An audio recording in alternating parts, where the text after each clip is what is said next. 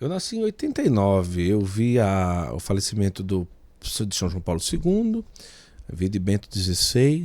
O senhor chegou a ver o Papa também do senhor? Sim, João Paulo II. João Paulo II. Já era João Paulo II Já quando era o senhor João nasceu? Paulo Não, II. não estou dizendo. Não, era Paulo VI. Era Paulo VI. Eu nasci em 75. 75. Mas, e eu estou na igreja desde 6, 7 anos de idade e engajado desde pequenininho e tudo. Mas minha cabeça nunca imaginava numa situação parecida que a gente está vivendo hoje, de uma situação de saúde do Santo Padre, não é? Realmente a gente ser motivo dos nossos diálogos e das nossas conversas, situações de pessoas que se posicionam meio que realmente, tá bom, já deu, ou desejando a morte do Santo Padre, não é? E isso acaba apresentando acendendo uma luz de alerta, não é? Mas que tempo é esse que nós estamos vivendo, né? Da mesma forma que a gente está percebendo realmente uma volta, um desejo, uma vontade das pessoas voltarem para Deus, mas o adoecimento muitas vezes da fé da pessoa, que não consegue compreender o mínimo da fé de um católico, que é a pessoa Sim. e a presença do Santo Padre na igreja, e o quanto que a gente precisa ter cuidado com isso, né, padre? Porque lutar com as ondas de fora, nós já fazemos isso há século, né? Agora parece que as ondas estão dentro. Há muitas pessoas que criaram na cabeça dela um catolicismo ideal individual. É do meu jeito. Há pessoas que dizem, não, mas esse Papa aí não me representa. Não, mas o Papa lá está lá para representar ela?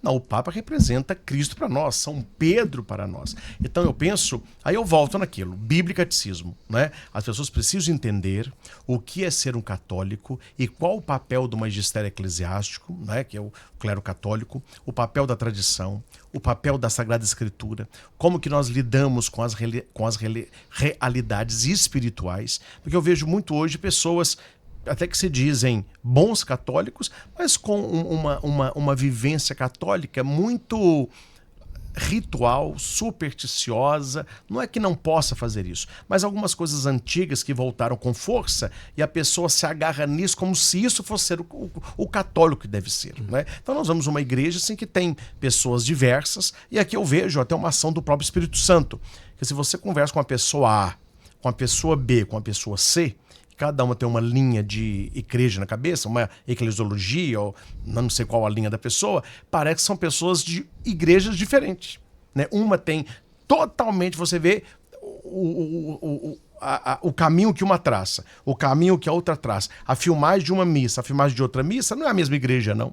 E graças a Deus o Espírito Santo é que mantém esta unidade na diversidade. Apesar de ter pessoas que pensam e que fazem, a igreja ainda mantém esta unidade. Mas eu penso que o contexto problemático que nós vivemos dentro da igreja é o contexto problemático da sociedade. Você vê a sociedade hoje, todo mundo fala, todo mundo palpita, cada um vive o que acha. Eu acho isso, eu acho aquilo, para mim isso é certo, para mim isso é errado. E isso entrou na igreja também, né? As pessoas têm muita dificuldade. Eu falo como padre, não é? Até a direção espiritual ficou mais difícil. Encontrar um bom diretor espiritual está mais difícil ainda, que as pessoas não aceitam mais um direcionamento para a santidade. As pessoas buscam muito mais um direcionamento para a felicidade. E, na verdade, para nós, o que é a felicidade? Ela é consequência de uma vida na santidade. O que é a felicidade sem a santidade? Ou é pecado ou é ilusão. Então, eu já atendi várias pessoas que me procuraram para uma orientação espiritual. Eu fiz a orientação, elas não aceitam a orientação. Não, padre, mas isso não. Eu estou tão feliz. Deus me aceita assim. Não, Deus me compreende. E ela não volta. Quer dizer, é o mundo que nós estamos vivendo, né? Então a pessoa se dá o direito de olhar para o Papa, eu não gosto, ele falou isso que eu acho que não é, então para mim não é. É o contexto que nós vivemos. Isso eu lembro do tempo de seminário, o professor de história, ele falava, para entender a igreja naquele tempo e naquele espaço, estude o tempo e o espaço que ela está. Quer dizer, não tem como a igreja levantar muros para que o mundo não entre, né? Os seminaristas que estão entrando no seminário, os padres mais jovens, qual é o contexto deles? É esse contexto, né? Padres que estão ordenando hoje, né? Não estou colocando aqui uma problemática do padre, para a gente entender, né? Um padre que ordena hoje com seus 27 anos, né? Ele nasceu agora pertinho de 2000. E muita coisa que nós vivemos hoje que é problemático na família e na sociedade veio do celular para cá. Quer dizer, esses que estão chegando agora, eles trazem as alegrias e trazem as tristezas, trazem as luzes e trazem as sombras. Eu não me lembro o nome do livro, mas é um livro do cardeal Sará. Foi um retiro que ele deu pro clero de Roma. E a gente teve o retiro agora na nossa diocese, e eu estava lendo o livro, né? E ele coloca lá quais são o estilo, o tipo de jovens que procuram hoje o seminário. Aí ele faz algumas considerações, que não é contra o jovem, mas um contexto. Ele fala, olha, quando eu entrei para o seminário, quais eram os jovens que entravam para o seminário? Famílias católicas, praticantes, terço diário, leitura da palavra. Ele disse, hoje eu acolho no meu seminário jovens que a família ninguém reza. Quer dizer, ele não teve um berço de fé, ele teve uma experiência de Deus e decidiu ser padre. Ele dizia, na minha época, a moral ela era mais rígida, as pessoas podiam até fazer, mas não era tão escancarado. Hoje, os que estão entrando, eles estão vindo do mundo que tudo pode. Quer dizer, esse problema do mundo, ele vai se refletir certamente também dentro da igreja, né? Porque nós estamos nesse contexto. Então eu não vejo uma problemática apenas da igreja, mas eu vejo uma problemática de todos os lugares. Quando eu dou palestra em empresa, né? Os patrões, o dono da empresa faz colocações assim, padre, na sua palestra fale sobre o respeito interpessoal. A pessoa não precisa ser amiga, não, mas tem que pelo menos falar bom dia, boa tarde. Se possível, falar para os funcionários, né, o respeito com os diretores. Quer dizer, isso está em todo lugar. Né? Quer dizer, um funcionário começou a trabalhar agora, ele não aceita ser mandado. Quer dizer, na cabeça dele, o chefe, do setor, é um opressor que está ali para sugar dele. Quer dizer, isso está em todo lugar. Aí você vai na escola, você vê o professor que levanta, o aluno que levanta, põe o dedo na cara do professor, joga lixo, quebra ventilador, bate no professor. Ok, a questão da autoridade. Então, na igreja, é a questão do Santo Padre. Assim como o aluno espanca o professor, o funcionário persegue o patrão, o católico que não se sente representado, ele se dá o direito de ficar contra o Papa como se fosse uma opção dele. É o contexto social que nós estamos, né? Tudo muda, né? A gente até comentava esses dias, por exemplo, quando a gente pensa num padre que se ordena, a gente pensa, por exemplo, num padre que se ordenou e o sonho dele é ir para a paróquia dele, para a casa paroquial, para ter o canto dele, para ter tudo. E hoje a gente vê quantos padres que se ordenam e dizem, tá bom, eu vou morar com meu pai, vou morar com a minha mãe e vou lá para a paróquia e celebro e tudo, mas tipo assim, quem casa quer casa, né? A gente escuta muito isso, né? Quem casa quer casa, né? Mas a gente vê, às vezes, uma geração de padres mais novos que vivem uma realidade parecida com essa. Claro, o amor do pai, o amor da mãe, ninguém substitui nada, não é? Mas tipo assim, a consciência daquilo que eu serei a partir de agora, uma entrega total. Quem casa quer casa, serve para quem casa com a esposa e quem casa com a igreja também, né? Vai lá, vai viver seu rumo, mas não é culpa do padre em si, é culpa de uma geração. Exatamente. É culpa de uma geração, tipo, que não está preparada em realmente viver a sua autonomia de vida, né, padre?